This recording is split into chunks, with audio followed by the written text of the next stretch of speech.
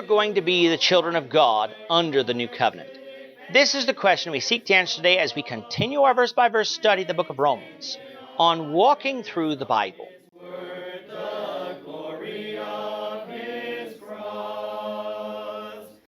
Today we're going to be discussing Romans chapter 9, verses 14 to 33. But before we do that, let's read the passage.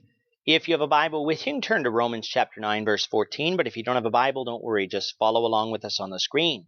The version that we'll be reading from is the New King James Version. So Romans chapter 9, beginning at verse 14.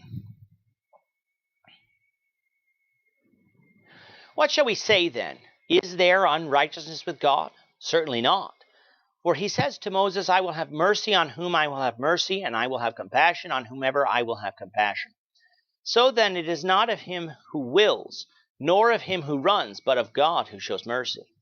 For the Scripture says to Pharaoh, for this very purpose I have raised you up, that I may show my power in you, and that my name may be declared in all the earth. Therefore he has mercy on whom he wills, and whom he wills he hardens. You will say to me then, why does he still find fault? For who has resisted his will? But indeed, O man, who are you to reply against God? Will the thing formed say to him who formed it, why have you made me like this? Does not the potter have power over the clay from the same lump to make one vessel for honor and another for dishonor? What if God, wanting to show his wrath and to make his power known, endured with much long suffering the vessels of wrath prepared for destruction, and that he might make known the riches of his glory on the vessels of mercy, which he had prepared beforehand for glory, even us whom he called, not of the Jews only, but also of the Gentiles. And he says also in Hosea, I will call them my people who are not my people, and her beloved who was not beloved. And it shall come to pass in the place where it is said to them, you are not my people, there they shall be called sons of the living God. Isaiah also cries out concerning Israel, though the number of the children of Israel be as the sand of the sea, the remnant will be saved. For he will finish the work and cut it short in righteousness, because the Lord will make a short work upon the earth. And as Isaiah said before, unless the Lord of Sabaoth had left us a seed, we would have become like Sodom, and we would have been made like Gomorrah. What shall we say then? The Gentiles who did not pursue righteousness have attained righteousness, even the righteousness of faith. But Israel, pursuing the law of righteousness, has not attained the law of righteousness. Why? Because they did not seek it by faith, but as it were by the works of the law. For they stumbled at the stumbling stone. As it is written, behold, I lay in Zion a stumbling stone and rock of offense, and whoever believes on him will not be put to shame. If you were a Jew reading the Old Testament, you had come to think of the Messiah as an earthly king who would come and destroy whatever occupier sat in Israel at the time. And at the time, Paul wrote, it was the Roman Empire. You thought that the Messiah would then set up an earthly kingdom in which he would rule over the whole world from Jerusalem, making everyone a Jew under the law of Moses. That is the exact opposite to the Messiah who actually came. Yes, Jesus came from the seed of David, but he never desired to rule from a physical throne or over a physical kingdom, because his kingdom was not of this world. And far from preaching to the Jews that everyone needed to become like them, he came preaching to them a message of repentance and return to God in faith. And then, of course, after Jesus' death, burial, and resurrection, this message went out to the Gentiles as well, who were being taught, like the Jews were, that salvation was by grace through faith apart from the works of the law of Moses. This is the message that the Jews on the whole rejected, a result that grieved Paul because he was a Jew who wanted to see his nation saved. But the Jews needed to understand something. God was not wrong for selecting the Gentiles for salvation by faith, and neither was he wrong to expect the same thing of the Jew. Why? Because God is the one who gets to make these choices. The Jews gloried in being of the seed of Abraham, the children of God in the Old Testament. But who made them that? Abraham had other seed, other children. It was God who chose Isaac over Ishmael and all of Abraham's later children. just like he later chose Jacob over Esau. However, this choice had nothing to do with salvation, but everything to do with which people the Messiah would come through. We're going to learn, the Lord willing, in our study of Galatians, that the seed promised to Abraham wasn't the Jews as of many, but as of one, which is Christ. That is why all who want to be children of God do so through faith in Christ Jesus, and not by becoming a Jew. Yes, in the Old Testament, the physical nation of Israel were the children of God, the ones given the covenant, the promises, and the law. But heritage wasn't what was going to save individual Israelites. It was always going to be grace through faith. There were Israelites under the Old Covenant that would be lost, even though they were a part of the nation of Israel. Why? Because they were faithless. And of course, there would be a precious few Gentiles who would be saved in spite of not being part of the nation of Israel. Why? Because they did have faith in God that obeyed. Bringing it forward to Paul's day, for the Jews, hearing that the Gentiles could be children of God without becoming Jews, and that the Jews couldn't be children of God without becoming Christians, I'm sure stung. But was God unrighteous for making these choices? Certainly not. God said to Moses that he would have mercy on whomever he would have mercy, and compassion on whomever he would have compassion on. Now, our Calvinist friends like to use this passage to teach unconditional election, the doctrine that God selects some people to be saved while not selecting others. But in the context, Paul's saying no such thing. In the full context of the chapter and the book, Paul's telling the Jews to stop complaining that God selects people to be saved apart from the law of Moses, for he can show mercy to whomever he pleases because he is God, and he makes that choice. Thus, the passage isn't saying God selects individuals for salvation. It's saying he selects what group will be saved, those who come to faith in Christ. Thus, nobody gets to tell God how or by what method God will save man, for God is the one showing mercy. He gets to decide.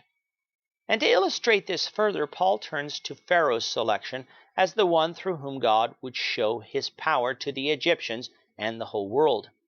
In selecting Pharaoh, did God make this man evil? No, this man was evil already.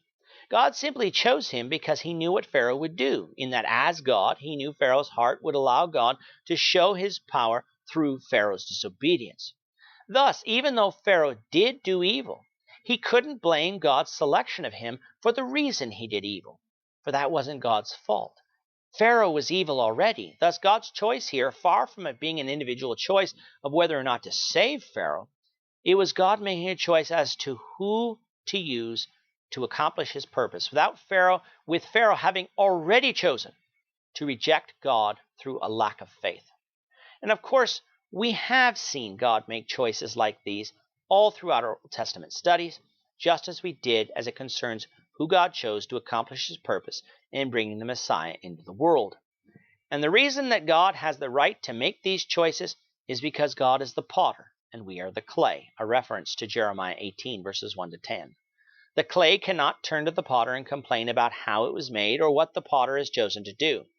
Now again, when seeing this phrase in verses 20 and 21, our Calvinist friends like to come and say, see here, God is the potter, and we are the clay, and so we don't have the right to criticize how God made us. For some individual clay is made to honor God and be saved, while other individual clay is made to dishonor God and be lost. And if that's what the passage is talking about, who am I to complain either? But is that what is under discussion here? No. What is under discussion then? The Jews' complaint that God was casting them aside, ones who had the law of Moses as vessels of dishonor, but saving the Gentiles apart from the law of Moses, ones who had gone off into all sorts of sin and who hadn't been God's covenant people of old. Thus we are talking about groups of people and not individuals here. But Paul says here, it's not as if God had abandoned the Jews. He endured with much long suffering towards them, even while they walked in sin in the Old Testament. God desired to mold them into vessels of mercy, but even if they didn't want him to, even if they wanted to remain vessels of dishonor by rejecting Jesus, he would show his power through them nonetheless, by bringing salvation upon all who believe, both Jew and Gentile, through Jesus, the one born from the seed of Abraham.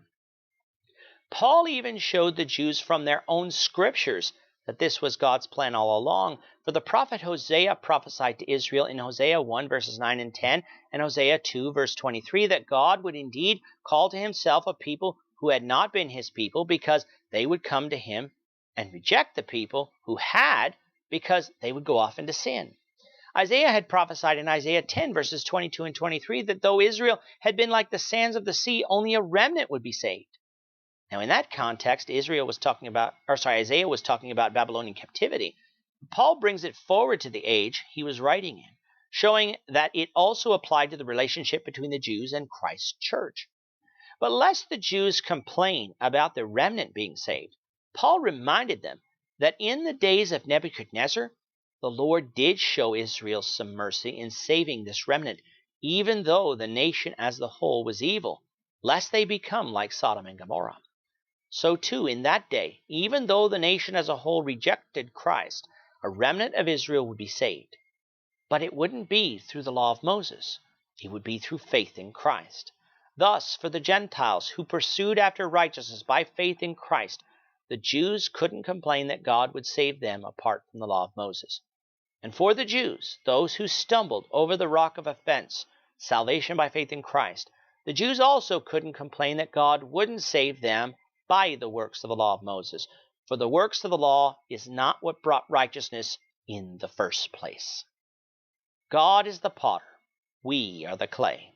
God can choose to save however he chooses, and he chose to do so by grace through faith in Christ.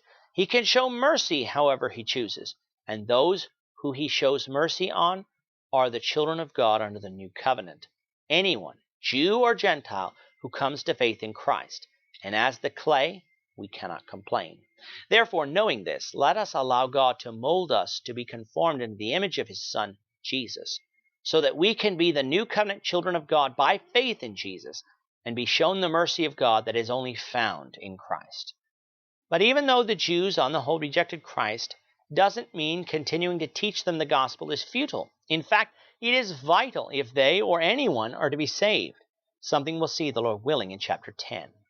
With that, our time is up for today. The Lord willing, we hope you'll join us for tomorrow's discussion of Romans chapter 10, verses 1 to 13, as we continue our walk through the Bible, one verse at a time.